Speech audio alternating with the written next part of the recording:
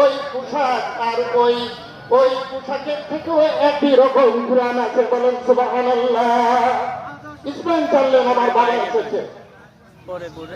এবার কাল বিলম্ব দেরি না করে হাজিরাকে বললেন, তোমার সন্তানকে কি করে দাও, সাজিয়ে দাও, আমার সঙ্গে মিনায় যেতে হবে। সংক্ষিপ্ত ঘটনা এটাই যে ইসমাইল আলাইহিসসালামকে মিনায় নিয়ে যে বললেন, হে সন্তান, আমি স্বপ্ন দেখেছি, আমি তোমাকে জবাই করতেছি, তোমার মতামত কি?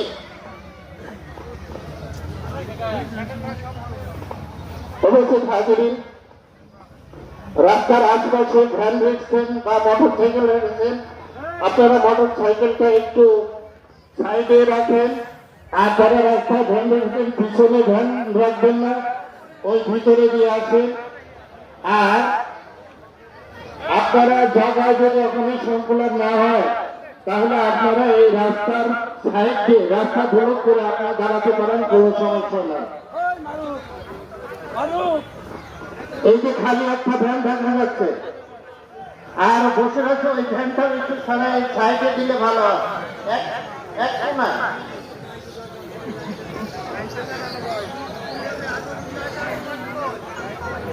পরে আপনারা ওখানে নিয়ে আসেন। এই যে রুগীর যে ভ্যানটা, ওটা সাইডে নিলে ভালো হয়। পরে আপনার লোক দিয়ে আবার ওখানে নিয়ে যান নামাজ থেকে।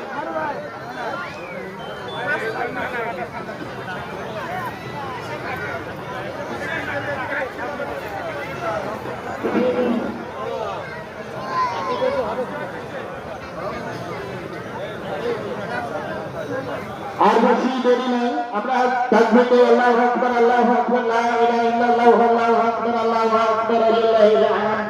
আমরা কাতারটা একটু সোজা করে দাঁড়াই। আমরা সবাই কাতার সোজা করে একটু দাঁড়াই নেই।